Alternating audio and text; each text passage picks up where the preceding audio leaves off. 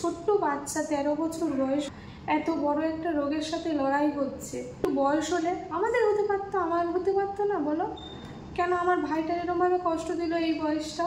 ও তো সবে পৃথিবীর আলো এখনো কিচ্ছু দেখেনি, সবে 9-এ উঠছে, তার এত কষ্ট যেটা আমরা দিদি হয়ে চোখে কেউ দেখতে পাচ্ছি না, সবসময় ভুল ভালবো। নমস্কার বন্ধুরা, আজকের ব্লগটা আমি এখন থেকে শুরু করছি। এখন বাজে দুপুর 2:30, আর এই যে ভাইয়ের খাবার মাদের খাবার নিয়ে নিয়েছি। আর বোনেরা আজকে সকালে এসছে, ওদের আজকে জেনেটিক টেস্টের জন্য আসতে বলেছিলাম। এখন আমরা বেরাচ্ছি ভাইয়ের কাছে, আর জেনেটিক টেস্ট কবে কি হয় না হয় সেটা নিয়ে কথা হবে। তো এখন আমি যাচ্ছি, মাইকে খাইয়ে দিল মায়ের মিমি। আমি রান্না করলাম আজকে শুক্রবার, একটু শুক্তো করেছি আর ভাত করেছি আর পাঁপড় ভেজেছিলাম।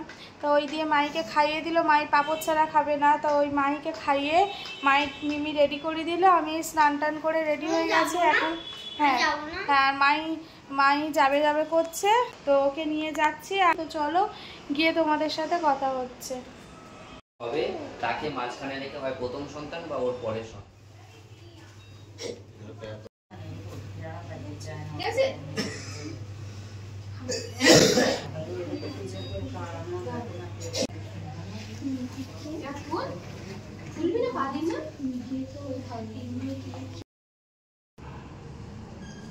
ভাইকে দেখে আসলাম, ভাইয়ের জাস্ট ছোট্ট একটা ক্লিপ তোমাদের সাথে শেয়ার করলাম।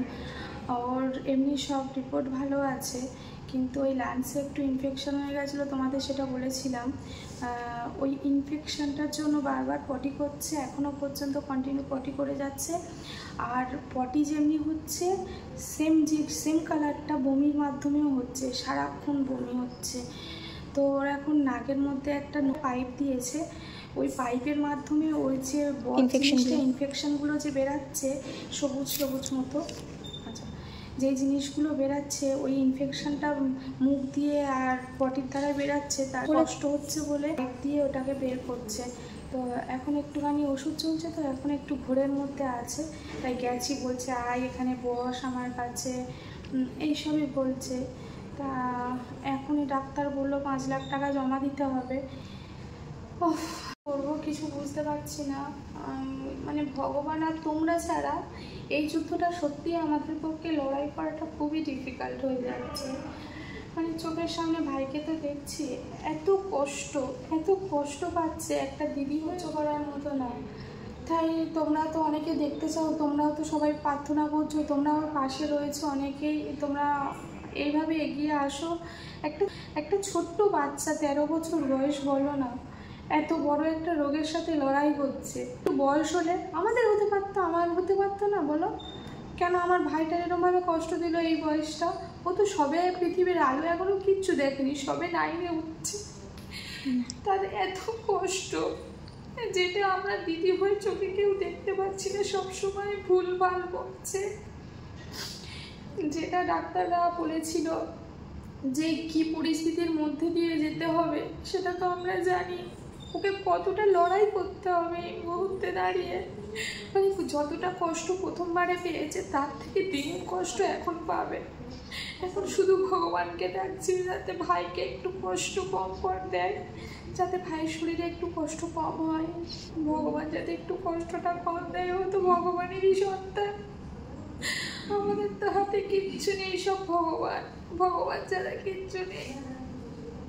আর তোমরা এইভাবে আমার পাশে থাকো, আমার ভাইকে যেন সুস্থ করতে পারি। তোমাদেরও লড়াই, আমরা একা লড়ছি না, সাথে তোমরাও লড়ছো। বলো, তোমরা এত ভগবানের কাছে প্রে করছো, সবাই প্রতিটা মুহূর্তে আশায় থাকো কখন আমি ব্লগ ছাড়বো, ভাইকে দেখবে।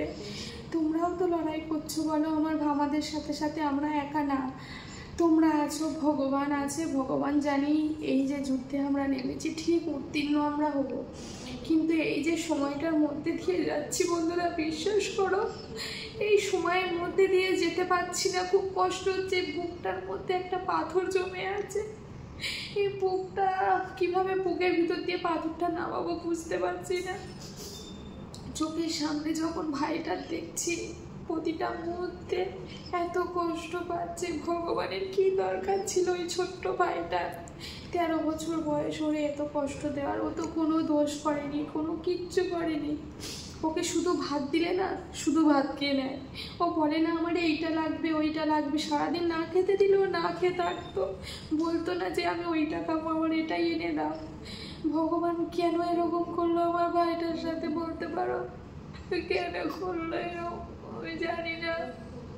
এখন সত্যি কোথা থেকে এত টাকা, কোথা থেকে কি করব কিচ্ছু জানি না, শুধু নিরুপায় হয়ে যা যাওয়ার হয়ে গেছি। কোথায় গেলে ভাইটা সুস্থ হবে, কোথায় গেলে কি হবে, কত রিস্ক নিয়ে কলকাতা থেকে ছুটে ছুটে এত দূরে চলে আসলাম। জানি না, তোমরা এইভাবে আশীর্বাদ করো, আমাদের পাশে থাকো প্লিজ বন্ধুরা। একটা ছোট্ট ফুলের মতো জীবন ভগবান যেন সুস্থ জীবন দেয় ওর, তোমরা পাশে থেকো প্লিজ বন্ধুরা। তোমরা একটু সাহায্য করলে, তোমরা তো সবাইকে, অনেক মানুষকে দেখেছি তোমরা সাহায্য করেছো, অনেকে ফেকও আছে, তোমরা নিজেরাই বলো, জানিস আমি। কিন্তু যারা প্রকৃত অসুস্থ থাকে তারা মানে টাকার জন্য ট্রিটমেন্ট ঠিকঠাক করতে পারে না। আজকে আমাদের দ্বারাই আমরা বুঝতে পারছি যে কত মানুষ ফেকভাবে টাকা ইনকাম করেছে কিন্তু ট্রিটমেন্ট করায়নি, ট্রিটমেন্টের নাম করে। আর আজকে আমরা এই ট্রিটমেন্টের জন্য লোকের দুয়ারে দুয়ারে ঘুরে বেড়াচ্ছি যাতে আমার ভাইটা সুস্থ হয়ে যায়। শুধু টাকা টাকা ঢাললে সব ঠিক হবে, তাছাড়া কিচ্ছু নেই। তাও তো প্রথমবারের ট্রিটমেন্টটা করলাম ঠিকঠাকভাবে, আবার এই জিনিসটা তার থেকে ডবল টাকা। তারপরে এই রক্ত, সাদা রক্ত, এই লাল রক্ত কিনতে 6,000 টাকা করে, সাদা রক্ত কিনতে 11,500 টাকা করে, যেখানে 13,000 বলেছে 11,500, যেখানে 7,000-8,000 টাকা করে বলছে লাল রক্ত, সেখানে 6,000 টাকা করে লাল রক্ত কিনতে হচ্ছে। এগুলোও তো এক্সট্রা খরচা বলো, 50-60 লাখ। সবাই একটু প্লিজ আমার ভিডিওটা সবার সাথে শেয়ার করো, জানি শেয়ার করতে করতে এমন একজনের কাছে পৌঁছাবে আমার ভিডিওটা, জিনিস ঠিক আমার ভাইয়ের কিছুটা ট্রিটমেন্ট খরচ করাবে, এটা আমার দৃঢ় বিশ্বাস আছে। কারণ এরকম অনেক ভিডিও দেখছি, অনেক মানুষ অনেকভাবে হেল্প করেছে। তো যাই হোক বন্ধুরা, এইভাবেই আমাদের পাশে থেকো, আমাদেরকে সাপোর্ট করো, ভগবানের কাছে প্রে করো যাতে ভাই তাড়াতাড়ি খুব সুস্থ হয়ে উঠে তোমাদের সামনে আসতে পারে। এর আগের ভিডিওটা তোমরা যেটা দেখলে ক্লিপটা অ্যাড করেছি, কারণ ওখানে ভিডিও নার্সিংহোমে যেহেতু ভিডিও করছিলাম, ওখানে গার্ড এসে গেছে আর ভিডিও করতে দেয়নি, সো সেই কারণে বেরিয়ে আর তোমাদের সাথে এই কথা বলছি। আজকের ভিডিওতে তোমাদের ভাইকে বেশি দেখাতে পারিনি, কারণ আমার দেখাতেও ভালো লাগছিল না এই মুহূর্তে। ভাইয়ের চেস্টে যে ইনফেকশনটা আছে সেটা ওই পাইপের দ্বারা বের করছে এখন। এইভাবে আমাকে সাপোর্ট করো, আমার ভিডিওটা বেশি বেশি শেয়ার করো যাতে সবার মাঝে আমার ভিডিওটা পৌঁছে যায়, যারা আমার ভাইকে একটু হেল্প করতে পারে। আজকে ডক্টর বললেন 28 তারিখের মধ্যে 5 লাখ টাকা জমা দিতে হবে, আবার কিমোথেরাপির জন্য প্রিপারেশন শুরু করবে। এই মুহূর্তে 5 লাখ টাকা আমাদের জমা দিতে হবে। এবার জানি না আমরা কি করবো।